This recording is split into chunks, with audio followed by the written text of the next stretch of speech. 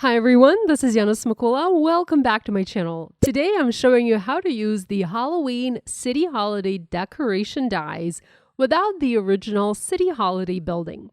These dies were designed as an add-on to the City Holiday die set, but the ghosts, pumpkins, bats, spiderwebs, skeleton, bones, and spooky eyes can also create a complete Halloween card on their own.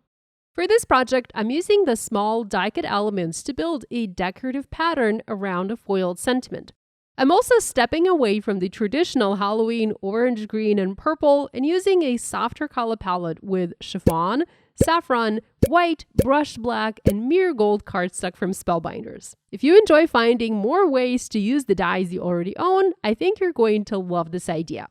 To create the card, begin with a 4¼ by 5.5-inch panel of Spellbinders Chiffon cardstock. Foil one of the Happy Halloween Betterpress sentiments in the center of the panel using matte gold foil. I completed the foiling off camera because I have shared the foiling process many times on my channel.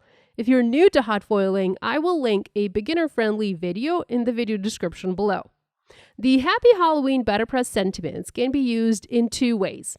Because they're Betterpress sentiments, you can press them with the Betterpress system using different colors of ink, or you can also use them for hot foiling, which is what I'm doing here. One detail I really wanted to include in this collection was individual sentiment plates. There are 4 sentiments. Each phrase is its own separate plate. There are many popular sentiment sets often described as one and done. These usually include several sentiments on one plate and a coordinating die that cuts all of them in one pass. These sets are very convenient when you want to create several greetings at once. However, they're not as flexible when you want to foil or press a sentiment directly onto the background of the card because the entire plate creates several sentiments at the same time. This is why the sentiments in this collection are individual. You can foil one phrase in the center of the card panel, position it near the bottom, add it at the top, or use it as part of a larger scene, or even add it to the inside of the card. For this card, place the sentiment in the center so it becomes the focal point of the pattern. Once the foiling is complete, adhere the chiffon panel to a white A2 side-folding card base. Before building the pattern, complete all of the die cutting and assemble the individual pieces. Die cut each Halloween element several times so that you have plenty of icons to work with. It really helps to have more pieces than you think you'll need. When all of the die cuts are ready, you can see the full range of shapes, colors, and sizes and plan the pattern without having to stop and cut additional elements. For this design, the pattern will be completely contained within the card front. None of the die cuts will extend beyond the edges, and there will be a small border around the entire arrangement. To establish that border, begin with the corner spiderwebs. Place one spiderweb in each corner of the chiffon panel, stepping away approximately 1/4 inch from the edge. You can make that border wider by leaving about 1/2 inch of space, or bring the pattern closer to the edge with a smaller 1/8 of an inch border. Use barely art glue to adhere the 4 spiderwebs. These corner pieces act as anchors and mark the outer boundaries of the pattern. If you need, you can also use a pencil and a ruler and draw lines between the spiderwebs to help identify the edges of the pattern. With the spiderwebs in place, begin positioning the remaining Halloween icons around the sentiment. I like to add foam adhesive to the back of the larger die cuts before arranging them. The foam adhesive creates visual separation between the cardstock panel and the decorative pieces. It also makes the icons easier to move around while you plan the layout. Now leave the release paper on the foam adhesive until you are completely happy with the placement. This gives you the freedom to shift the pumpkins, the ghosts, the skeletons, and all of that without damaging the background. For this project, I'm creating a random pattern around the centered sentiment. The pattern stays inside the card panel, but the icons are arranged in different directions to help the design feel more playful and informal. You can also use these same dies to create a more structured, linear pattern. For example, there are 3 different ghost designs in this collection. You can place the 3 ghosts in a straight line, repeat the sequence across the card, and then add several rows. The sentiment could sit in the center of that design, at the top, or near the bottom. The same idea would work with the pumpkins, the bats, the spiderwebs, bones, or any other Halloween icons in this set. Now for the pumpkins, I used Spellbinders Saffron cardstock. Saffron is a beautiful warm yellow, and I love using it as an alternative to traditional Halloween orange. Back each pumpkin with another layer cut from Spellbinders Mirror Gold cardstock. Mirror Gold works especially well behind jack-o'-lanterns because it reflects the light. Depending on the angle, the opening in the pumpkin faces may look very dark, almost if the lights are off.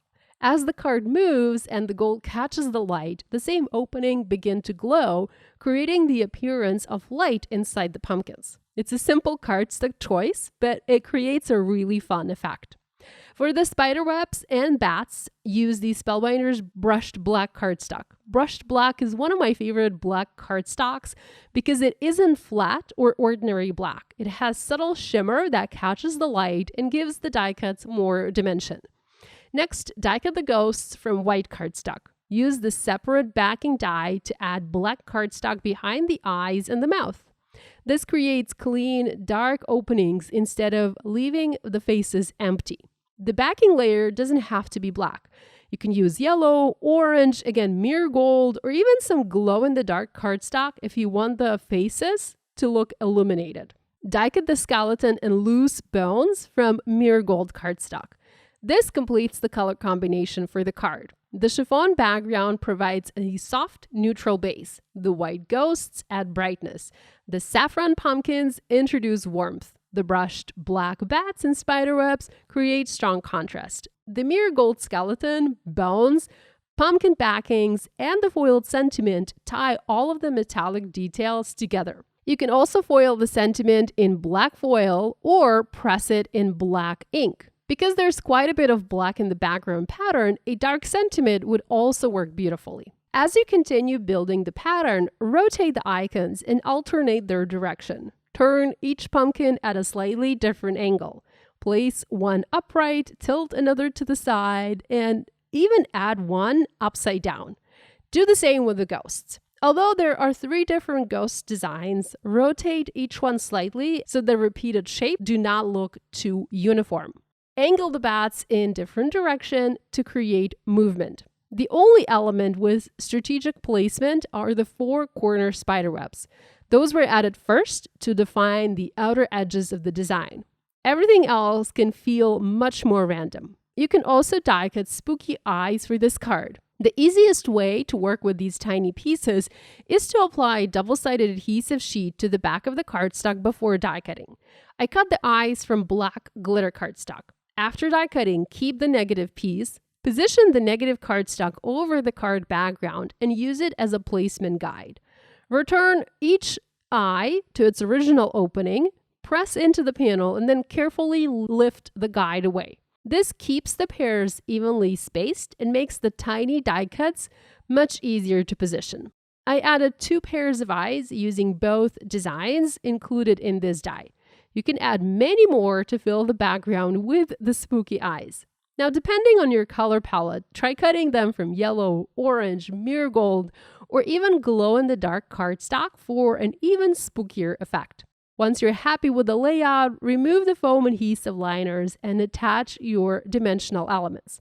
Use barely art glue for flat pieces and smaller accents. Keep checking the spacing as you work. The sentiment should remain easy to read, and the surrounding icons should frame it rather than compete with it. If you happen to have any gaps on your background, you can always fill them with gems.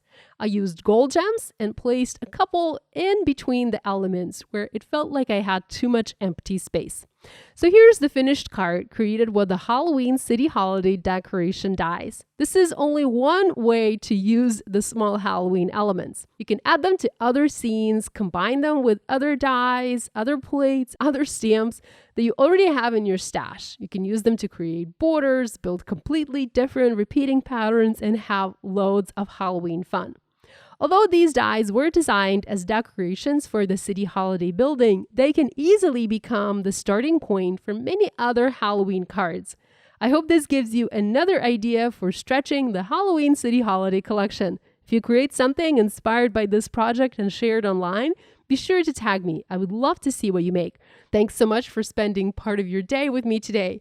See you again next time. And remember, there's one more addition coming to the City Holiday collection. The Christmas City Holiday mini collection arrives in September.